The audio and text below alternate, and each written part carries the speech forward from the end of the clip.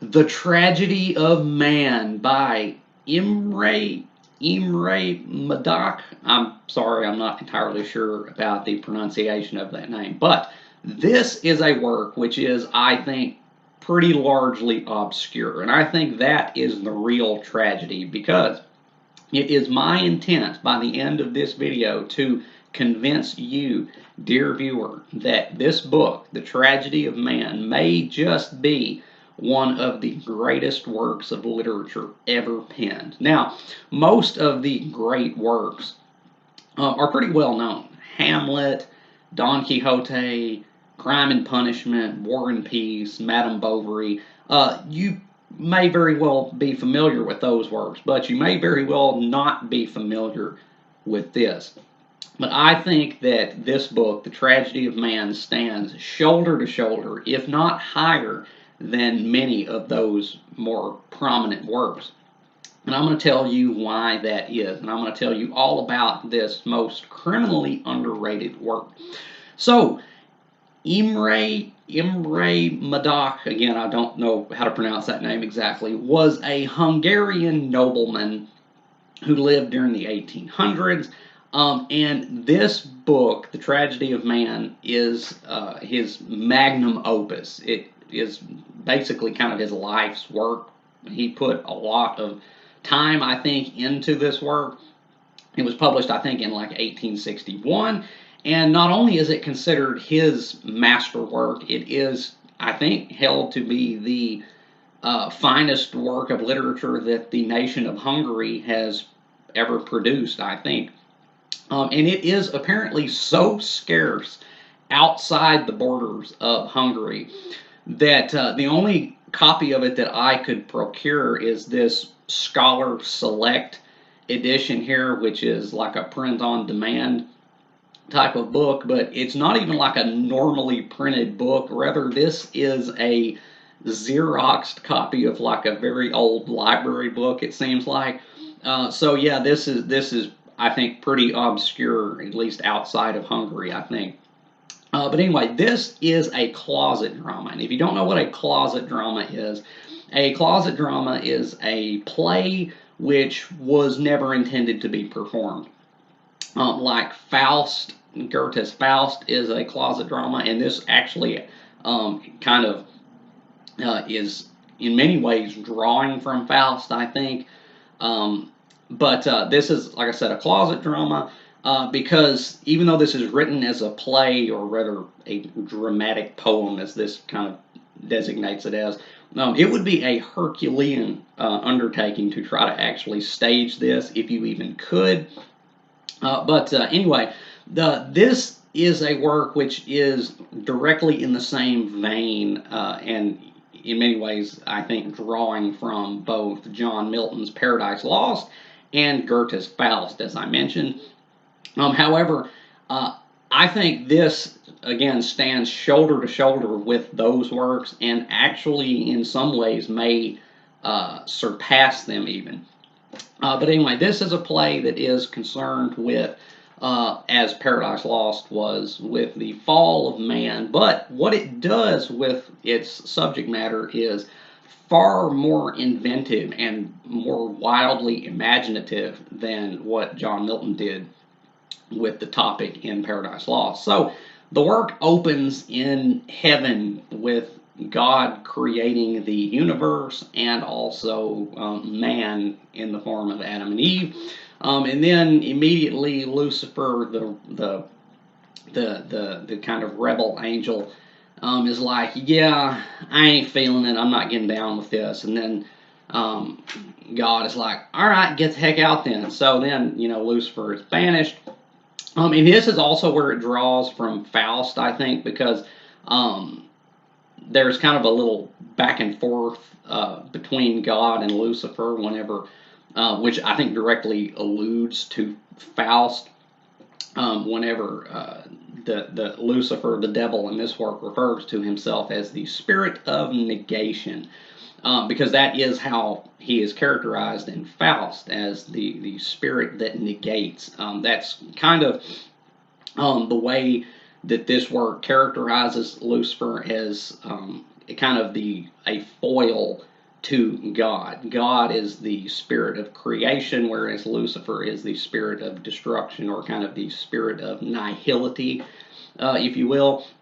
And also, I think it is also in this opening scene alluding to a scene from Paradise Lost as well, because um, God asks Lucifer in this, he's like, "Where were you before me?" i.e., I made you. But that, I think, harkens to a scene from Paradise Lost. If you've read Paradise Lost, you know that in the kind of the pivotal scene where Lucifer is rallying the angels to rebel, there's that one lone angel who is really just John Milton's stand-in mouthpiece character, who is like, God created you and you wouldn't even exist if not for him. And then he kind of is like stumped by that, because he's like, and then in Paradise Lost, his answer is like, I don't remember any time that I don't exist. But in this book, in The Tragedy of Man, when God asks that question, where were you before I made you? Lucifer is like, I'm nothing. It kind of embodies his like purpose as he sees it. He is the spirit of nihility, the spirit of nothing. He's like, I am nothing, and I want everything to go back to nothing. So there lies the opposition between something versus nothing, creation versus destruction.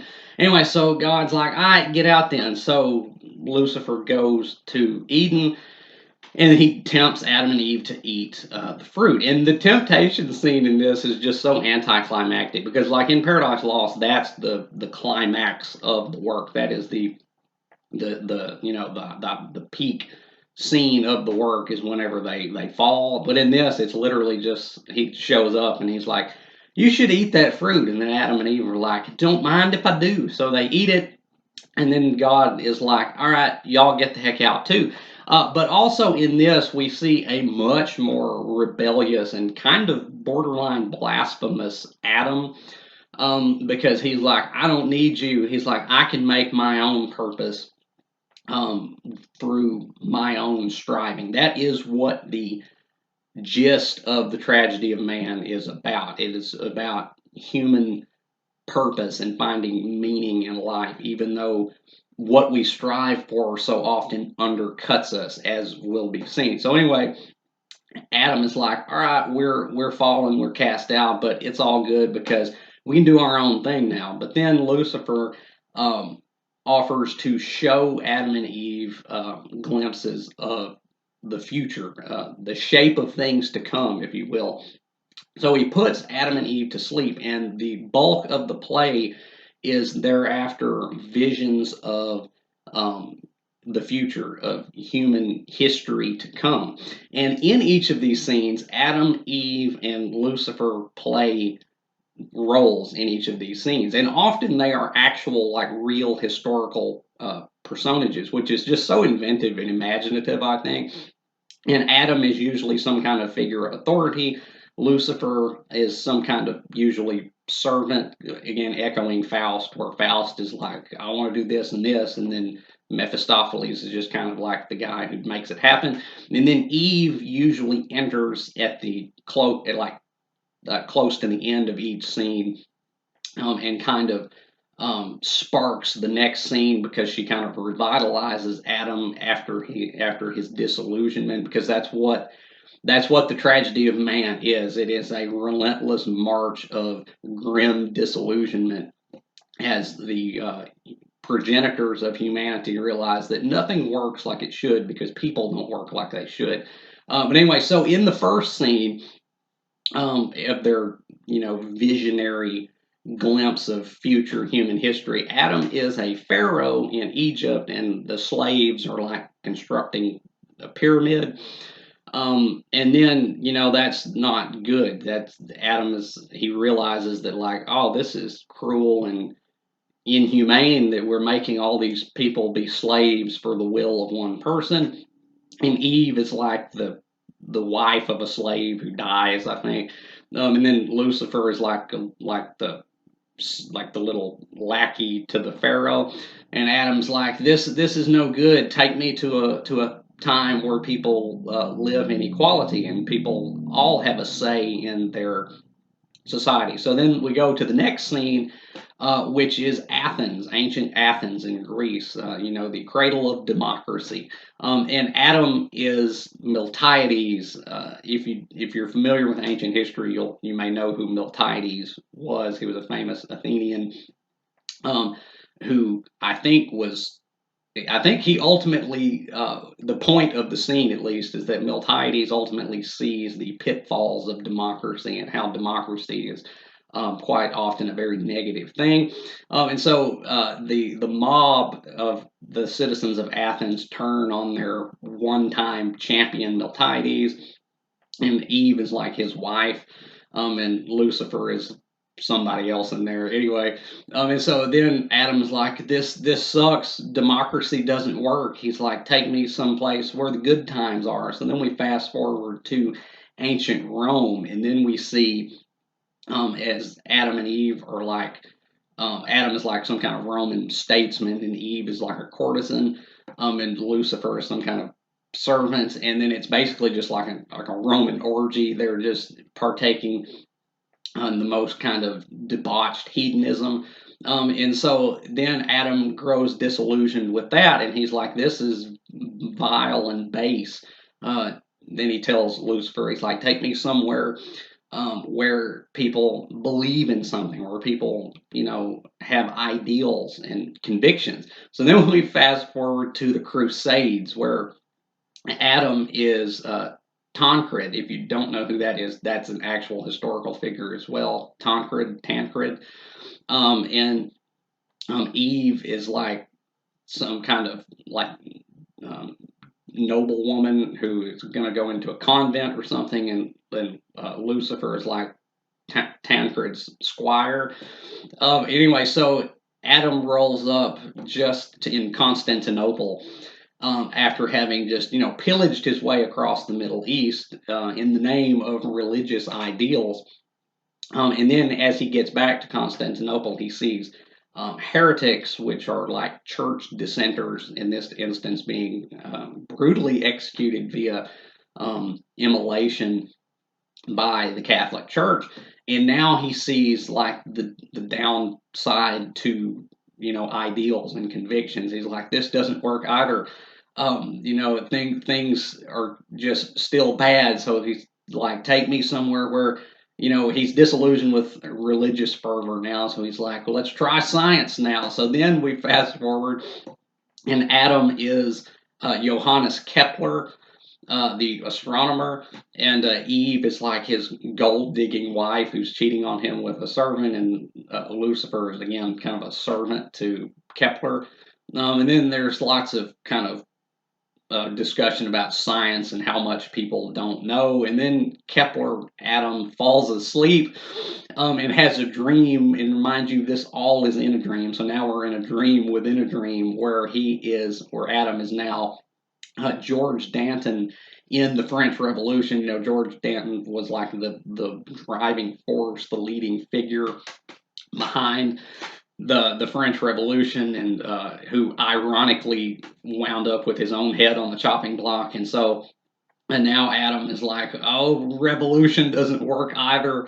So he wakes back up as Kepler after having witnessed Eve as like an aristocrat being killed by the mob of French revolutionaries. He wakes back up as Kepler, and then he's like, let's go forward again. It's got to get better at some point. So then they go to like then modern day London, where Adam witnesses industrialized capitalism, and he sees like wealth disparity and civil unrest. And so he's like, all right, let's try equality. Maybe that's gonna work. So then it goes into the future, and this is where it gets really, really imaginative, if it wasn't already. They go to a phalanstery, and if you don't know what that is, a phalanstery was a type of utopian commune, which was kind of proposed by certain socialist thinkers about like Madach's contemporary day. And so then Adam and Lucifer are in this like utopian, supposedly socialist future, which, in this, again, this is where it's really imaginative. This scene in particular, like, basically prefigures Yevgeny Zamyatin's We. If you've ever read the novel We by Yevgeny Zamyatin, like that, there are so many parallels between this scene and that book where it's like, well, everyone's equal now, but it's like a soulless, mechanized hellscape where everyone's lives are dictated by the state. And in this scene, like certain geniuses from history, such as Plato and Michelangelo, are like trotted out, and Adam sees how like their genius is crushed basically because they're held to the level of everybody else. And then Eve is like a mother who is torn from her child because the powers that be are like, that kid is gonna do this, so take him over here. Anyway, so Adam's like, well, shit, that doesn't work either. So then they go into like space, Adam and Lucifer, where they behold like the Earth and just how like small it really is, and how all of this stuff is taking place on basically just like a little speck in an infinite sea of night. Anyway, so then the final scene, or the final scene of their visions of the future, it takes place in a post-apocalyptic ice age, where the sun is dying and all that is left of humanity are some squalid Eskimos eking out a miserable existence.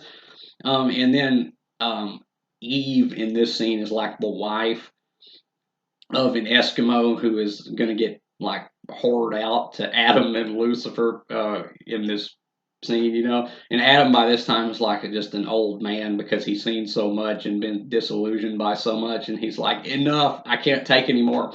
So then they wake up, and then we're brought back to like where they were after their fall from Eden, and Adam is like, it's all futile, nothing works. So Adam's going to kill himself. And this, we come to the real pivotal scene in the work, the climax of the work. And this, I think, is where a lot of people's make or break moment might be with this work, is how they feel about the denouement of it. Um, and I'm going to spoil it, but I'm going to tell you not only how it ends, but also how I would have ended it to try to resolve maybe some issues with it. But anyway, so Adam is like, I'm done. He's like, I've seen enough. I'm going to stop this human travesty before it even begins. So he's going to go hurl himself off a cliff and just stop humanity from even starting. But then before he can do that, Eve is like, I'm pregnant. And then Adam just collapses, and he's like, God has vanquished me. He's like, we're so imperfect and we can't do anything right. And it's like, it's all just for naught in the end. And then the work ends with God telling Adam to strive and trust, and that bad things are coming, things are going to get rough, but to persevere and have faith. And that's how it ends. That's the end of Tragedy of Man. Now, a lot of people might think that this is like a cop out. And like, if you're more pessimistically inclined, you might be like, yes, just do it. Kill yourself, spare the rest of us all the heartache and pain. Take one for the team and just, nip it all in the bud. But then at the end, it's like, nah, just hang in there. I mean, things might turn to shit, but they'll work out in the end, or at least in the hereafter. So keep your chin up. That's kind of how it ends. And again, I can see a lot of people maybe thinking that the ending like chickens out, that the author Madach kind of just chickened out at the end and decided to end it with kind of a positive note, even though everything in the play up to that point has been unremittingly negative. And I can definitely see that. Although I can kind of forgive it that, even though I was definitely like, just do it, just kill yourself. It's not worth it. Don't subject the rest of us to all this crap. Um, but I can forgive it that, because I don't think that the reading public probably at the time this book was published would have been down with that so much. So I can understand why he ended it the way he did, and also I can forgive it the ending just because of how sweepingly imaginative this work really is. I mean, it really is just a remarkable experience. But now I'll tell you how I would have ended it and how I think you could have satisfied both parties. You could, I mean, obviously this is about Adam and Eve, so you have to conform at least somewhat to Scripture, right? There has to be a human race at the end of this for any of this to make sense. So the way I would have ended it, though, personally, I would have had Adam and Eve both kill themselves, just like say, we're done, we give up, and just kill themselves. And then at the very end, I would have had like Lucifer and God, like looking at the mangled corpses of Adam and Eve, and Lucifer being like, better luck next time, old chap. And then God being like, next time I'll just have to make them dumber, implying like that this is not like there's more than one go around. That like this is not like we gotta go V2 next time and make an Adam and Eve that won't like suicide after they witness humanity's future. That's how I would have ended it because I think that could satisfy both parties where we actually do have like a conclusion to the work that logically follows from everything we've seen, but also it can allow for you know a humanity. We can see that this was like the beta run for humankind or something like that. That's how I would have done it. But anyway, um, that is The Tragedy of Man by Imre, however you pronounce it, Imre Madach. Um, that it is wild, y'all. It is wild. It is so imaginative and it is so good. Again, the influences of Paradise Lost and Faust are at the forefront, but I really do, that this stands shoulder to shoulder with those works. And in some ways, it may be better than those works. Actually, I would just say it's better than Faust. Like Faust, the entire second part of Faust is just like tripping balls. Nobody understands that, and I still don't understand why Faust got to go to heaven at the end of that work. So this is better to me than Faust. This surpasses that. Now, would I say it's better than Paradise Lost? I don't know. Not in terms of the writing. So this book is written in dramatic form, like a play, but the lines are written, I think, mostly in blank verse, in traditional blank verse. But it does not attain the heights, by and large, that Milton was able to in Paradise Lost. Like that's part of why Paradise Lost is as lauded a work as it is, because the poetry in that book soars. I mean, it is truly some of the most gorgeous lines you will ever read. And this has moments of real grandeur. There are instances where the poetry um, is like it gets to a real loftiness. But by and large, it's not as remarkable as Paradise Lost. So, in terms of the writing, no, I would not say it's better than Paradise Lost. And also, Paradise Lost has that just iconic, immortal character of Satan, and the Satan of Paradise Lost is a vastly more complex and nuanced and kind of compelling character than here. Again, he's going from like the Faust kind of devil figure in that, where he's just like a gainsayer, basically.